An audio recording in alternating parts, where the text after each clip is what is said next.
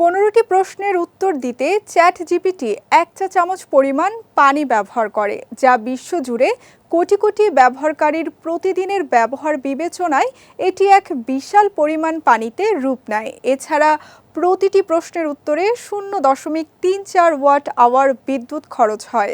বিস্তারিত জানাচ্ছেন সৈয়দ নওশাদ।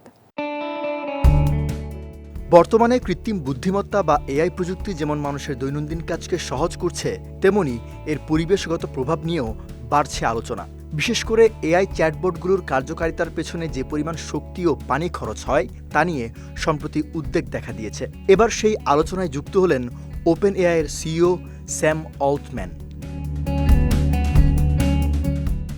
একটি ভ্লগ পোস্টে স্যাম অল্টম্যান জানিয়েছেন, চ্যাট জিপিটিকে করা প্রতিটি প্রশ্নের উত্তরে প্রায় 0.000085 গ্যালন পানি ব্যবহার করা হয়, যা চা চামচের প্রায় 15 ভাগের 1 ভাগের সমান। অর্থাৎ কেউ যদি চ্যাট জিপিটিকে 15টি প্রশ্ন করেন, তবে এর উত্তরের জন্য ব্যবহার হবে 1 চা চামচ পরিমাণ পানি। এই হিসাব শুনতে অল্প মনে হলেও বিশ্বজুড়ে কোটি কোটি ব্যবহারকারীর প্রতিদিনের ব্যবহার বিবেচনায় এটি এক বিশাল পরিমাণ পানিতে রূপ নেয়। শুধু পানি নয়, প্রতিটি প্রশ্নের উত্তরে 0.34 ওয়াট আওয়ার বিদ্যুৎ খরচ হয়।